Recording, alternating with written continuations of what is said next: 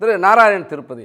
இந்த பட்ஜெட்டில் எதுவுமே இல்லை அப்படின்னு பாஜக மாநில தலைவர் குறிப்பிட்டிருக்கார். காலி பட்ஜெட்டு, வெற்றி பட்ஜெட் அப்படின்னு. ஆனால் அவங்க ஒரு பன்முக வளர்ச்சிக்கான உறுதியான அடித்தளத்தை அமைக்கின்ற பட்ஜெட் என்று பெருமிதமாக முதலமைச்சர் குறிப்பிட்டிருக்கார். பல்வேறு சமூக நல திட்டங்களுக்கான நிதி ஒதுக்கீடு அதிகமாக இருக்குது. குறிப்பாக பள்ளி கல்விக்கெல்லாம் 47,766 கோடிலாம் ஒதுக்கியிருக்காங்க. இந்த நிதிநிலை அறிக்கையானது ஒரு அட்டக்கத்தி அப்படின்னு தான் சொல்லணும். பாக்கி சொன்னாரு கனவு அப்படின்னு சொன்னாரு. ஆனால் அது கற்பனையான பட்ஜெட், கனவு பட்ஜெட் அல்ல, கற்பனையான பட்ஜெட். இவங்க தொடர்ந்து இது திமுகவினுடைய கடைசி பட்ஜெட். எப்படி இந்த லிக்கர் ஸ்கேம்ல, மது ஊழல்ல, மதுபான ஊழல்ல டெல்லி அரசாங்கம், சத்தீஸ்கர் அரசாங்கம் காணாமல் போனதோ, அதே மாதிரி தெலுங்கானா காணாமல் போனதோ, அதே போன்றதொரு நிலையை திமுக அடைய போகிறது. அதற்கான அச்சாரம் தான் நேற்றைய நடந்த அந்த நேற்றைய அமலாக்கத்துடைய அறிக்கை, இன்றைக்கு இவருடைய பட்ஜெட். இந்த பட்ஜெட்டை பொறுத்தவரையிலும் ரொம்ப சிம்பிள் சார். சும்மா வரவு செலவு கணக்கு கொடுக்கறது மட்டும் இல்லை. ஒரு அரசாங்கமானது ஒரு நிதிநிலை அறிக்கையை செய்யும் பொழுது எப்படி வருவாயை பெருக்க வேண்டும், தனிமனித வருவாயை எப்படி பெருக்க வேண்டும் அப்படின்றதுல உறுதியா இருக்கும். தொழில் வளத்தை எப்படி பெருக்குவோம், அந்த தொழில் வளத்தின் மூலம் வேலை வாய்ப்பை எப்படி உருவாக்குவது, மூலதனத்தை எப்படி கொண்டு வருவது, அந்த மூலதனத்தை கொண்டு வருவதன் மூலமாக நம்முடைய நாட்டினுடைய மொத்த உள்நாட்டு உற்பத்திக்கு எப்படி துணை புரிவது, இதெல்லாம் தான் ஒரு பட்ஜெட்ல இருக்கு. கட்டமைப்புகளுக்கு எவ்வளவு நீங்கள் செலவு செய்ய போகிறீர்கள், இதையெல்லாம் தான் இருக்க வேண்டும். ஆனால் இதையெல்லாம் இல்லாமல் ஏதோ ஒரு தேர்தல் அறிக்கையை போல கொடுத்திருப்பது என்பது தவறானது.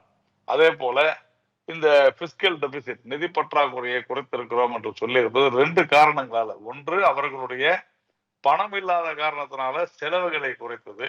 இரண்டாவது, மத்திய அரசாங்கத்திடமிருந்து அவர்கள் எதிர்பார்த்ததை விட அதிகமாக பணம் வந்தது. இந்த ரெண்டு காரணங்களால் தான் நிதி பற்றாக்குறை கீழே வந்திருக்கிறது.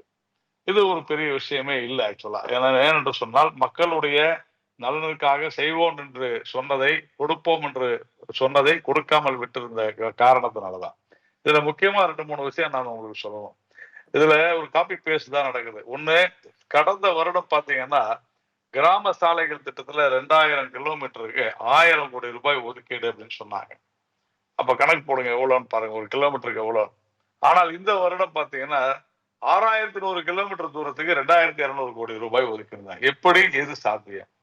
கடந்த வருடம் 2000 கிலோமீட்டருக்கு 1000 கோடி, இந்த முறை 6100 கிலோமீட்டருக்கு 2000 கோடி, எப்படி சாத்தியம்? அப்போ இப்படி உண்மையிலேயே யாரோ எழுதி கொடுப்பதை வைத்துக் கொண்டு இவர்கள் தொடர்ந்து இது போன்ற விஷயங்களை செஞ்சு வராங்க. அரசு துறையில காலியாக இருக்கக்கூடிய 40,000 பணியிடங்கள் நிரப்பப்படும் சொல்றாங்க. இதே அரசாங்கம் தான் கடந்த 4 வருடங்களாக அரசு பணியில அந்த பணம் இல்லாத, நிதி இல்லாத காரணத்தினால முடியாதுன்னு சொன்னாங்க. ஆனால் இப்பொழுது அரசு பணி நாங்கள் கொடுக்கிறோம் என்று சொல்வதற்கு காரணம், தேர்தல் வருகிறது என்கிற அதே காரணத்திற்காகத்தான். ராமேஸ்வரத்துல விமான நிலையம் அமைப்போம் அப்படின்னு சொல்றாங்க. அது எப்படி அமைப்பாங்கன்னு எனக்கு புரியல. இந்த வருடமே எப்படி முடியும்? நீங்க அதே மாதிரி பரந்தூர் என்ன பண்ணீங்க? அதாவது இன்ஃப்ராஸ்ட்ரக்சர்ல நீங்க கான்சென்ட்ரேட் பண்ணணும்னு சொன்னா வெறும் அறிக்கை கொடுத்தா மட்டும் போதாதுங்க, அதை சரியான முறையில செய்ய வேண்டும். அதே மாதிரி இவர்கள் கொடுத்திருக்கக்கூடிய பல திட்டங்களை நீங்கள் பார்த்தீர்கள் என்று சொன்னால், அந்த திட்டங்கள் முழுமையுமே மத்திய அரசாங்கத்தினுடைய திட்டங்களை ஒட்டித்தான் இருக்கும். இவர்களுக்கு என்று திட்டங்கள் எதுவுமே கிடையாது. எல்லாவற்றிலும், அது இன்சூரன்ஸ் ஆகட்டும், வீடு கட்டும் திட்டமாகட்டும், 100 நாள் வேலைவாய்ப்பு திட்டமாகட்டும், எல்லாமே இதுல விவசாயிகளுடைய கௌரவ நிதி ஆகட்டும், இது அனைத்துமே மத்திய அரசாங்கத்தினுடைய திட்டங்களை ஒட்டித்தான் வந்திருக்கிறது. இதைவிட பெரிய மாநிலமான உத்தரப்பிரதேசத்துல, இதைவிட படிப்பறிவு குறைவாக இருக்கக்கூடிய உத்தரப்பிரதேசத்துல, இதைவிட அக்ரிகல்ச்சர், அதாவது விவசாயத்தை நம்பி இருக்கக்கூடிய உத்தரப்பிரதேச மாநிலத்தில் இருக்கிற பட்ஜெட்ல 22% மேலாக இந்த இன்ஃப்ராஸ்ட்ரக்சர் கட்டமைப்புகளுக்காக செலவு பண்றாங்க. ஆனால் இங்க பார்த்தோம்னா நம்ம தொடர்ந்து இந்த கட்டமைப்புகளை மறந்து விடும். எது அதிகமான செலவுன்னா சம்பளம், அதுக்கு அடுத்தது வட்டி. சம்பளமும் வட்டியும் தான் இந்த அரசாங்கத்தை விழுங்கி கொண்டிருக்கிறது. இந்தியாவிலேயே அதிக கடன் பெற்ற மாநிலமாக தமிழகம் மீண்டும் முதன்மையாக இருக்கிறது அப்படின்றத பெருமையா வந்து சொல்லிப்பாங்க. நாங்க தான் அதிகமா கடன் வாங்கினோம். அதுல ஒரு பெருமை உங்களுக்கு. நீங்க ஏன் கடன் வாங்கி வட்டி ஏன் அவ்வளவு கட்டுறீங்க? இதுதான் விஷயமே. ஏன் வட்டி கட்டுகிறார்கள்? பணி எதுவும் நடைபெறவில்லை. எந்த ஒரு திட்டமாக இருந்தாலும் 5 வருடங்கள்ல முடிக்க வேண்டிய பணியை 10 வருடங்கள் ஆக்குவதற்கு காரணம் மோசமான நிர்வாகம். அப்போ நிர்வாகம் குறித்து நீங்கள் எதுவுமே சொல்லவில்லை. நான் ஒரே ஒரு விஷயம் தான் சொல்லணும் மகேஷ். அதாவது ஒரு அரசானது தன்னுடைய குடிமக்களுக்கு இலவசங்களை எப்படி கொடுப்பதுன்றது கிடையாது. நீங்க சாராயம் வித்து அதன் மூலமா மக்களுக்கு செய்ய வேண்டிய அவசியம் இல்லை. ஒரு அரசு, அதுவும் உற்பத்தி மாநிலம், எங்கெல்லாம் துறைமுகங்கள் இருக்கிறதோ, ஏதோ நாங்க தான் வந்து உற்பத்தியை பெருக்கிறோம் சொல்றதெல்லாம் சும்மா பம்மாத்து வேலை. எங்கெல்லாம் துறைமுகம் இருக்கிறதோ அங்கெல்லாம் அசுர வளர்ச்சி உற்பத்தி மாநிலங்களாக இருக்கும். குஜராத், மகாராஷ்டிரா போன்ற மாநிலங்கள் எல்லாம் அதிகமாக வளரும். அதே மாதிரி தமிழ்நாடு. இங்க எந்த மாதிரியான தொழில் முன்னேற்றத்தை கொண்டு வந்திருக்கு? எங்கெல்லாம் சொன்னாங்க இங்க இன்வெஸ்டர்ஸ் மீட், நாங்கள் வந்து முதலீட்டாளர் மாநாடு நடத்தணும், ஜப்பானுக்கு போனோம், ஸ்பெயினுக்கு போனோம், ஜெர்மனிக்கு போனோம், அங்க போனோம், லண்டனுக்கு போனோம், அமெரிக்கா போனோம், எதுவும் வரல. எங்க வந்துச்சு? ஒண்ணும் வரல. வெறும் காத்துதான் வருது அப்படின்றதுதான் உண்மையே. பர்னிச்சர் பார்க்கணும்னு திறந்தாங்க தூத்துக்குடியில, போய் பாருங்க. நான் போய் ஒரு வீடியோ படம் போட்டேன். ஒண்ணும் இல்ல. வந்த உடனே திறந்தாங்க 2021. இது வரைக்கும் ஒரு உடைஞ்சு போன பிளாஸ்டிக் சேர் கூட அங்க இல்லைங்க. இதுதான் உண்மை. அதே மாதிரி நம்முடைய மாநிலம் சூரிய உற்பத்தியில மிக மிக பலம் வாய்ந்த ஒரு மாநிலம். நாம இப்போ எங்க இருந்து நம்ம கரண்ட் வாங்கலாம் அப்படின்னு சொல்லி பிளான் திட்டம் போட்டுக்கிட்டு இருக்கிறாங்க. ஆனால் அருகாயில இருக்கக்கூடிய ஆந்திர மாநிலத்துல கடந்த வாரம் 49,000 கோடி ரூபாயில 7,000 மெகாவாட் உற்பத்தி, மின் உற்பத்திக்கு டாடா பவரும் ஆந்திராவும் கையெழுத்திட்டு இருக்கிறது புரிந்துணர்வு ஒப்பந்தத்துல. ஏன் இதை தமிழ்நாட்டுக்கு உங்களால கொண்டு வர முடியல அப்படின்னு சொன்னா காரணம் லஞ்சம். அந்த லஞ்சத்தை கொடுக்க மறுக்கிறது. இப்படி ஒரு தொழில் முன்னேற்றத்துல கவனம் செலுத்தாமல் தங்களுடைய ஓட்டுக்காக நாங்கள் இலவசங்களை கொடுப்போம் என்று சொன்னால், இது மக்களுக்கு ஏதோ இன்னைக்கு ஒரு இது சொன்னாங்க, 800 சில ரூபாய் ஒரு ஒரு மகளிருக்கு வந்து மிச்சமாவது அப்படின்னு சொல்லி சொன்னாங்க.